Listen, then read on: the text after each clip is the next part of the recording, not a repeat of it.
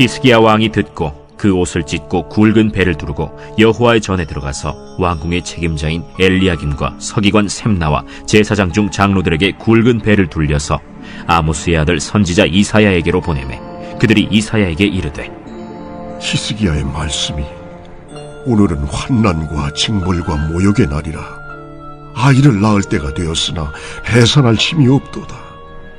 랍사게가 그의 주 아수르 왕의 보냄을 받고 와서 살아계신 하나님을 비방하였으니 당신의 하나님 여호와께서 혹시 그의 말을 들으셨을지라. 당신의 하나님 여호와께서 그 들으신 말 때문에 꾸짖으실 듯하니 당신은 이 남아있는 자들을 위하여 기도하소서이다.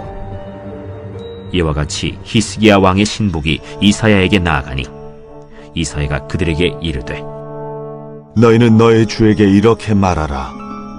여호와의 말씀이 너는 아수르 왕의 신복에게 들은 바 나를 모욕하는 말 때문에 두려워하지 말라. 내가 한 영을 그의 속에 두어 그로 소문을 듣고 그의 본국으로 돌아가게 하고 또 그의 본국에서 그에게 칼에 죽게 하리라 하셨느니라. 오늘 본문은 히스기야 왕이 자신의 옷을 찢고 굵은 배를 두르고 여호와의 전에 들어가는 장면으로 시작합니다. 자신의 옷을 찢고 배를 두르는 이 행위는 뭔가 큰 위기를 직면했다는 것을 알 수 있게 해줍니다. 우리도 매 순간 믿음으로 살아가려고 노력하지만 그럼에도 위기는 늘 찾아올 수 있습니다. 그럴 때마다 우리는 말씀 속에서 답을 찾고 해결해가는 그런 모습들이 있어야 될 것인데 그런 모습이 바로 그리스도인의 삶의 모습일 것입니다. 사실 히스기야 왕은 선왕들처럼 물질이나 외교로 문제를 해결하려고 했던 적이 많습니다. 그 방법들은 마치 문제가 해결된 것처럼 보이게 했지만 사실은 전혀 그러지 못했습니다. 그냥 넘어간 것이죠. 얼마 시간이 지나지 않아 아수르는 다시 대군을 이끌고 예루살렘을 포위했습니다. 그리고 하나님과 이스라엘의 신뢰관계를 무너뜨리기 위해서 온갖 감언이설로 선동하기 시작합니다. 다시 위기가 찾아온 것이죠. 히스기야에게는 더 이상 해결할 수 있는 돈도 없습니다. 이제 그에게 어떤 선택만이 남아있을까요? 앞서 잘못된 선택을 했던 왕들은 이때 더욱 세상을 의지했습니다. 심지어 이방신들을 의지해서 문제를 해결하려고 하다가 하나님의 징계를 받기도 했습니다. 이제 히스기야에게도 동일한 상황이 벌어졌습니다. 우리도 이런 위기의 상황에 처하게 되는 경우가 있습니다. 여러 가지 생각이 들 것입니다. 여러 방법들을 생각하기도 할 것입니다. 문제는 그 방법들이 과연 진짜 해결책이 될 수 있는가 하는 것입니다. 다행히도 우리에게는 하나님이 계시고 하나님은 우리의 해결책이 되어 주십니다. 또한 우리가 언제든 돌이킬 수 있도록 기회를 주고 계신다는 것도 사실입니다. 믿음으로 사는 사람이라면 말씀 앞에서 자신의 잘못된 방향을 돌이킬 줄 아는 것에 있습니다. 반성하고 돌이키는 사람, 그가 좋은 그리스도인입니다. 회개하는 것입니다. 히스기야는 돈으로 외교로 해결하려고 했던 방법이 잘못되었다는 것을 바로 깨닫습니다. 그래서 하나님 앞에 믿음으로 해결하기를 원합니다. 다시 본문으로 돌아가 보면 히스기야 왕은 선지자 이사야에게 신하를 보내면서 그들도 굵은 배를 입혀서 보냅니다. 18장 9절과 11절을 살펴보면 아수르는 이미 8년 전에 북이스라엘을 쳐들어와서 사마리아 성을 함락한 적이 있습니다. 그러니까 아수르는 언젠가 남유다를 쳐들어갈 심사가 있었던 것이죠. 아수르는 계속되는 서진 정책으로 북이스라엘뿐만 아니라 두로와 블레셋, 암몬, 모압, 에돔 등의 나라들도 이미 정복해서 조공을 바치도록 했던 것이죠. 남유다도 예외는 아니었습니다. 18장 13절에서 아수르는 유다 모든 견고한 성읍들을 점령하였다라고 합니다. 히스기야는 여느 나라와 다름없이 아수르에게 조공을 바치기로 하고 은 300달란트와 금 30달란트나 되는 엄청난 양을 주기로 합니다. 그러다 보니 하나님의 전 그 문에 있는 금과 왕궁에 입힌 금까지 다 벗겨줘야 하는 그런 치욕적인 현실을 맞이하게 된 것입니다. 그런데 오늘의 문제는 힘에 겨울 정도로 바치는 조공에 의한 것이 아니었습니다. 아수르 왕이 아예 사마리아를 무너뜨리려고 예루살렘까지 함락시키려는 그런 의도를 가지고 막강한 군사력으로 쳐들어왔기 때문입니다. 오늘 본문은 히스기야 왕이 듣고라는 말로 시작하고 있습니다.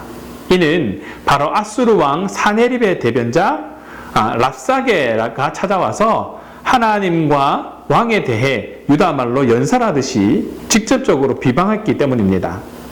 랍사게는 유다의 지도자들과 백성들을 향해서 상한 갈대 지팡이 같이 힘없는 애굽도 의지하지 말고 여러 산당을 제거해도 어찌할 능력이 없는 여호와도 의지하지 말고 히스기야 왕도 의지하지 말고 아수르 왕에게 항복하라 라고 권합니다. 그리고 항복하는 자에게 곡식과 포도주와 떡과 포도원, 기름나는 감람과 꿀이 있는 지방을 주겠다고 말하고 있습니다. 랍사게의 이런 말은 왕과 신하들의 마음을 무너질 대로 무너뜨리는 그런 말이 되었습니다. 아무리 신앙이 좋은 사람이라도 언변에 타고난 사람이 이렇게까지 이야기하면 휘말리게 되고 그 순간만큼은 신앙으로도 견뎌내기는 어려운 그런 걱정과 두려움에 휩싸이기 마련입니다. 그런 걱정과 두려움에 휩싸이기 마련입니다. 3절에서 히스기야 왕조차도 이러한 위기 앞에서 아이를 낳을 때가 되었으나 해산할 힘이 없다라고 한탄합니다. 아이를 낳는 그 순간, 그 절박한 순간에 그 아이를 낳을 힘조차도 없는 그런 긴박한 상황. 나라가 그런 급박한 상황에 처해 있음에도 히스기야는 대처할 수 있는 군사력조차도 없는 그런 바닥의 바닥을 경험하고 있는 상황인 것입니다. 그러나 히스기야는 일단 하나님의 성전으로 자신의 발걸음을 옮겼습니다.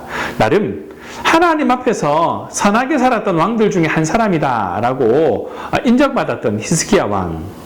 그러나 그런 히스기야 왕이라 할지라도 어려운 현실을 피해갈 수는 없었습니다. 그런 점에서 주님을 믿고 따라가는 우리의 삶에도 평탄한 길만 있을 것이다 라고 생각하지는 말아야 할 것입니다. 오히려 주님이 가셨던 그 고난의 길, 십자가의 길이 우리의 길이 될 수도 있다는 것이죠. 다만 오늘 말씀을 통해 기도하는 자, 부르짖는 자에게 함께 해주실 것이다 라는 것을 우리에게 알려줍니다. 18장 20절에 나타난 히스기야 왕의 모습은 임박한 날을 당할 때마다 늘 하나님의 전에 들어가 기도하는 모습을 보여주고 있습니다. 그리고 당대의 말씀의 예언자인 이사야 선지자에게 기도를 부탁하는 장면도 나옵니다. 성경에는 동일한 나라 아수르에 의해 공격받는 두 나라, 즉 북이스라엘과 남유다를 비교해 줍니다.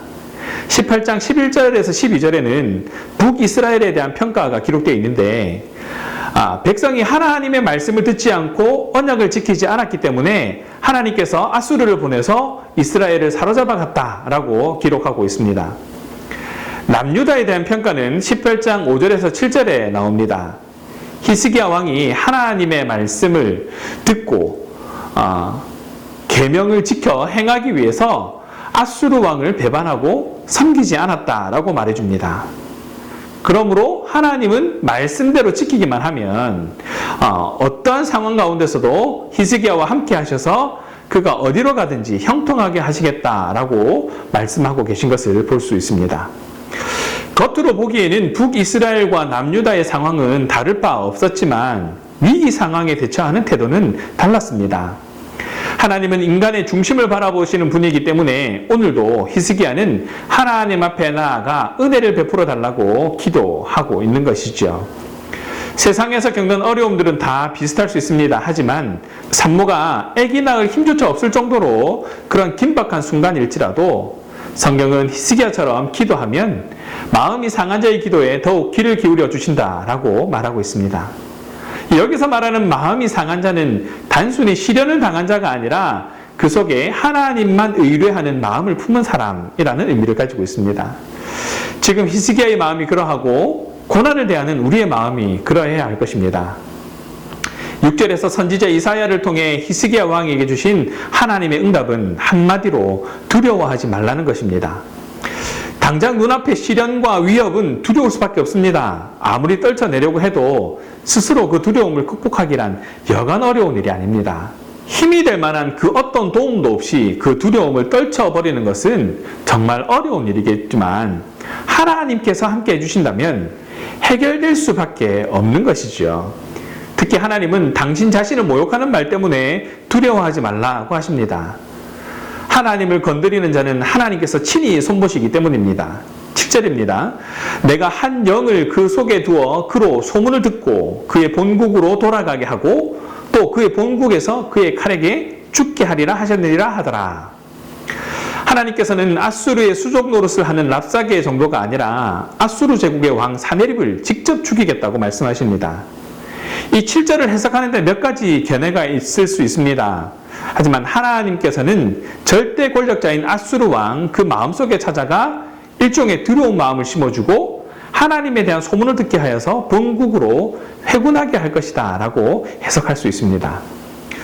절대 권력을 휘두르던 사람이었지만 오히려 그 마음에 두려움과 공포심에 사로잡히는 아수르 왕의 얼굴을 상상해보면 하나님이 내 편이라는 사실이 얼마나 힘이 되는지 알 수 있습니다. 사랑하는 신앙가족 여러분, 히스기야가 선지자 이사야에게 기도를 부탁하자 기다렸다는 듯이 돌아오는 하나님의 응답을 받은 적 있습니까? 히스기야에게 돌아온 답은 두려워하지 말라는 것이었습니다.